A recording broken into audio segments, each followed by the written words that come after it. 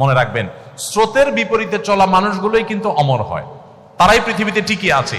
পৃথিবীতে যত নবী এসেছেন, যত রাসূল এসেছেন, তারা সবাই স্রোতের বিপরীতে ছিলেন। তাদের কথা সমাজের অনেক নবী আছে, তাদের কথা সমাজের 1% মানুষও শুনে নাই, অনেকের কথা সমাজের 5% মানুষও শুনে নাই। যারা শুনে নাই, যারা মূলধারা ছিল, যারা স্রোতে ছিল, তারা হারিয়ে গেছে খড়কুটোর মতো। নবী রাসূলরা এখনো টিকে আছে। ফেরাউনের নামে কেউ নাম রাখে না, কিন্তু মুসার নামে মুসলমানরাও নাম রাখে, খ্রিস্টানরাও নাম রাখে, ইহুদিরাও নাম রাখে। আপনি যদি দেখেন হামান, কারুন, নমরুদ, তাদের কারোর নামে কেউ নাম রাখে না, কিন্তু ইব্রাহিমের নামে খ্রিস্টানরা, ইহুদিরা আব্রাহাম রাখে, আমরা ইব্রাহিম রাখি।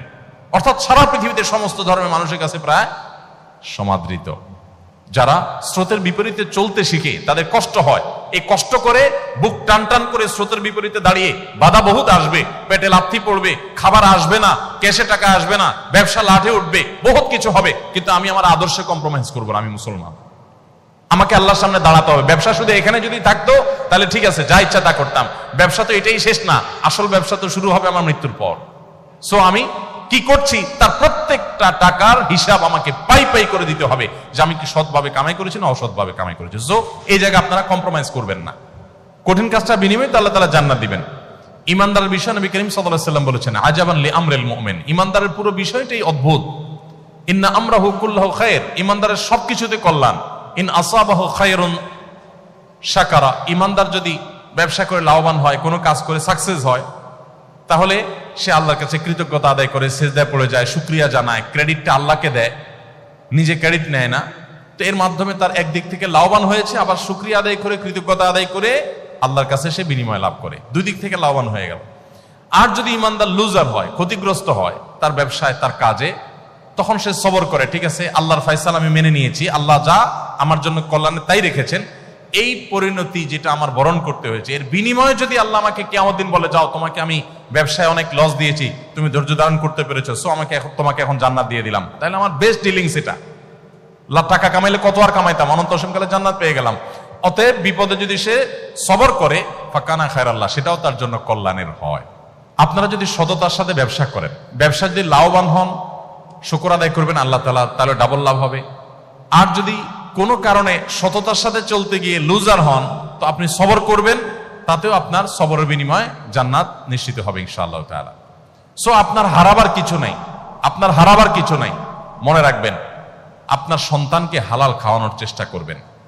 আমাদের মায়েরা আজকাল 2, 3, 4 বছর বাচ্চাদের পিছনে খাবারের বাটি আর চামচ নিয়ে যেভাবে দৌড়াদৌড়ি করে, যেভাবে চোর পুলিশের মতো দৌড়াদৌড়ি করতে থাকে, ছুটোছুটি করতে থাকে, এর শিকিবার চেষ্টাও যদি মায়েরা বাবারা করতেন, যে সন্তান যেন হালাল খায়, খাওয়ানোর জন্য যতটা অস্থির, তার 4 ভাগের 1 ভাগও যদি আমরা অস্থির থাকতাম সন্তানকে হালাল খাবারের ব্যাপারে, যে হারাম যেন না খায় আমার সন্তান, আমার ব্যবসা হোক আর না হোক আমি হারাম খাওয়াবো না, এই চেষ্টা যদি করতেন, তাহলে আমাদের জীবনটা স্বর্ণের হয়ে যেত।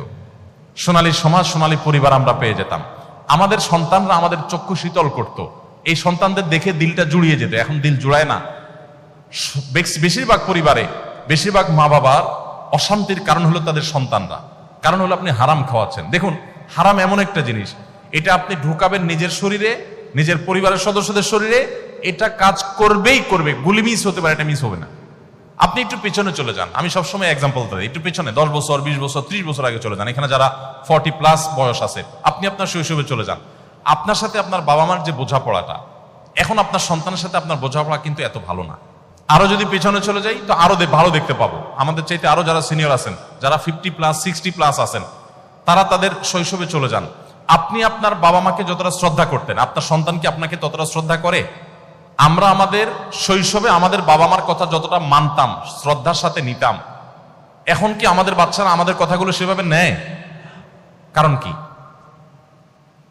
আমার বাবা মা আমাকে তো জামা একটা বেশি 2টা কিনে দিতে পারে নাই। আপনার বাবা মা তো আপনাকে ছোটবেলায় যা চাইছেন তা কিনে দিতে পারে নাই। একটা বেশি 2 তরকারি দিয়ে আপনাকে ভাত দিতে পারে নাই আপনার মা। অথচ আপনি তো আপনার ছেলেকে এখন 2টা কেন জামা, 4টা 5টা একসাথে কিনে দিচ্ছেন। আপনি তো আপনার বাচ্চাকে কোনো দিকে তাকাইলেই সেটা কেনার জন্য পাগল হয়ে যাচ্ছেন। আব্বু কি খাবা, কি তোমার লাগবে, এটা জিজ্ঞেস করতে করতে মুখ দিয়ে ফেনা তুলে ফেলছেন।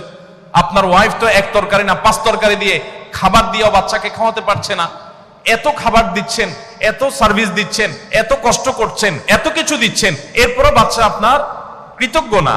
আর আপনার বাবা মা এত কিছু দিতে পারেন না, কিন্তু আপনি তাদের প্রতি কৃতজ্ঞ ছিলেন। তাহলে তখন কি ছিল, এখন কি নাই, একটু মেলাবার সময় আমাদের এসেছে। কিছুই দিতে পারেন নাই তারা, কিন্তু আমরা তাদের জন্য পাগল পড়া। আর এখন এত কিছু দিচ্ছি, কিন্তু ওরা আমাদেরকে দেখতেই পারে না। একটু জোর করে কথা বললে তারা রাগ করে, এবার তাদের পায়ে ধরা লাগে। 3-4 বছরের পোলাপান, 5-6 বছরের পোলাপান, একটা বেশি 2টা ধমক দিলে এরপর মা বাপ তাদের কাছে সরি বলতে বলতে শেষ। ওর তেল মাখতে মাখতে মার দিন যায়, ওর তেল মাখতে মাখতে বাপের দিন যায়। কারণ ওর মুড অফ হয়ে গেছে, ও রাগ করছে, ও রুমের দরজা আটকে ফেলছে, সে রিয়্যাক্ট করতেছে। আমরা কোথায় চলে যাচ্ছি আমরা নিজেরাও ভাবছি না। এই বিষয়ের যদি আপনি 10টি কারণ খুঁজে বের করেন, তার মধ্যে একটি কারণ এটা যে আপনার বাবা মা আপনাকে হালাল খাওয়াইছে, আপনি আপনার সন্তানকে ওই রকম সন্দেহাতীত হালাল খাওয়াতে পারছেন না। আপনিও হালাল খাওয়াচ্ছেন, বাট আপনার হালালটা আপনার বাবা মা যেরকম খাওয়াইছেন ওরকম পিওর হালাল আপনি দিতে পারছেন না। এটার এফেক্ট আপনার সন্তানের মধ্যে পড়ছে, এবং জেনারেশন যত সামনে অগ্রসর হবে, যত বেশি আপনি হালাল উপার্জনের ক্ষেত্রে ছাড় দিবেন। আপনার কাছে টাকাটাই মুখ্য। আপনি লাখপতি হতে চান, কোটিপতি হতে চান, আপনার হালাল হারাম দেখার দরকার নেই। তো আপনার সন্তান শুধু না, আপনার পুরো জীবনটা দুর্বিষহ জীবন হবে। আপনার সন্তানকে হালাল উপার্জন দেন, হালাল খাবার দেন, আপনার ফ্যামিলিকে দেন, আপনি একটা জান্নাতি ফ্যামিলি পাবেন। আপনি এনজয় করবেন লাইফটাকে। আর না হলে বাহিরে অনেক চকচকা দেখবেন, ভেতরে এতটাই সদরঘাট হবে, ভেতরে কুরে কুরে শেষ হবে, কাউকে বলতে পারবেন না। ভাবসাব জাহির করবেন, ছেলে হান করে, মেয়ে তান করে, কিন্তু ভেতরে ভেতরে আপনি শেষ হবেন যে ওরা যে কত বড় অমানুষ, কত বড় অসভ্য, কত বড় কুলাঙ্গার আমার সন্তানরা, এটা আমি ভিতরে ভিতরে টের পাবো, মানুষকে বলতে পারবো না। যদি এটা থেকে বাঁচতে চান, তাদেরকে হালাল খাওয়ান, হালাল উপার্জনের ক্ষেত্রে কোনো কম্প্রোমাইজ করবেন না। আত-তাজিরুস সাদুকু মা'আন নাবিয়্যিন ওয়াস সিদ্দীকিন, যে সমস্ত ব্যবসায়ীরা ব্যবসার ক্ষেত্রে সততা অবলম্বন করেন, কিয়ামতের দিন তারা নবীদের সাথে, আল্লাহর সিদ্দিক বান্দাদের সাথে, প্রিয় আল্লাহর ওলিদের সাথে তারা কিয়ামতের দিন উঠবে বিশেষ সম্মানিত এবং বিশেষ মর্যাদাবান মানুষ হিসাবে। অতএব সততার সাথে ব্যবসা করার জন্য আমি আপনাদেরকে অনুরোধ করব, আহ্বান করব।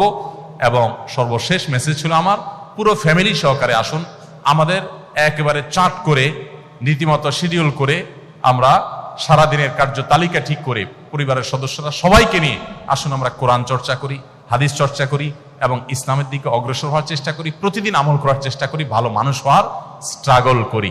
এবং সেটা পুরো পরিবারের সমস্ত সদস্যদেরকে নিয়ে, এবং পরিবারের সদস্যদেরকে একটু সময় দেন, নিয়ে একটু বসেন, সমস্ত মোবাইল টোবাইল অফ করে, মোবাইল সব দূরে রেখে 10 মিনিটের জন্য বসেন, যে 10 মিনিটের জন্য মোবাইল থেকে দূরে থাকো সবাই। আসো আমরা একটু পর্যালোচনা করি, আমরা আল্লাহ থেকে কে কতটা অগ্রসর হতে পেরেছি, কে কতটা দূরে সরে গিয়েছি, আমরা একটু পর্যালোচনা করি। ইনশাআল্লাহ আমি আশা করি এরকম একটা লাইফ যদি আপনি করতে পারেন, এরকম একটা ফ্যামিলি যদি আপনি করতে পারেন, আপনার ফ্যামিলিটা আপনি উপভোগ করবেন, আপনি এনজয় করবেন। সবাই সততার সাথে এবং সুন্দরভাবে জীবনযাপন যেন করতে পারি। আজকে এখানে হয়তো বাণিজ্যিক উদ্দেশ্যে আপনারা একত্রিত হয়েছেন, জান্নাতে যেন আল্লাহ তাআলা আপনাদেরকে একত্র হওয়ার তৌফিক দান করেন, আমাদের সবাইকে যেন আল্লাহ তাআলা জান্নাতে ভাবে একত্র হওয়ার তৌফিক দান করেন, আমরা সেই দোয়া করি। ব্যবসা আমাদের শুধু দুনিয়ার যেন না হয়, দুনিয়ার ব্যবসাও হোক, সেই সাথে আখিরাতের ব্যবসাও হোক। আমরা দুনিয়াতেও এগিয়ে যাই, আখিরাতেও এগিয়ে যাই। ইমানদারের দৃষ্টিতে শুধু মৃত্যুর আগ পর্যন্ত না, বরং অনন্ত অসীমকালের জীবন পর্যন্ত। সো আমাকে এই জগতে এবং ওই জগতে, উভয় জগতে সফল কাম হওয়ার চেষ্টা করতে হবে। আল্লাহ আমাদের সবাইকে তৌফিক দান করুন। জাযাকুমুল্লাহ খাইর।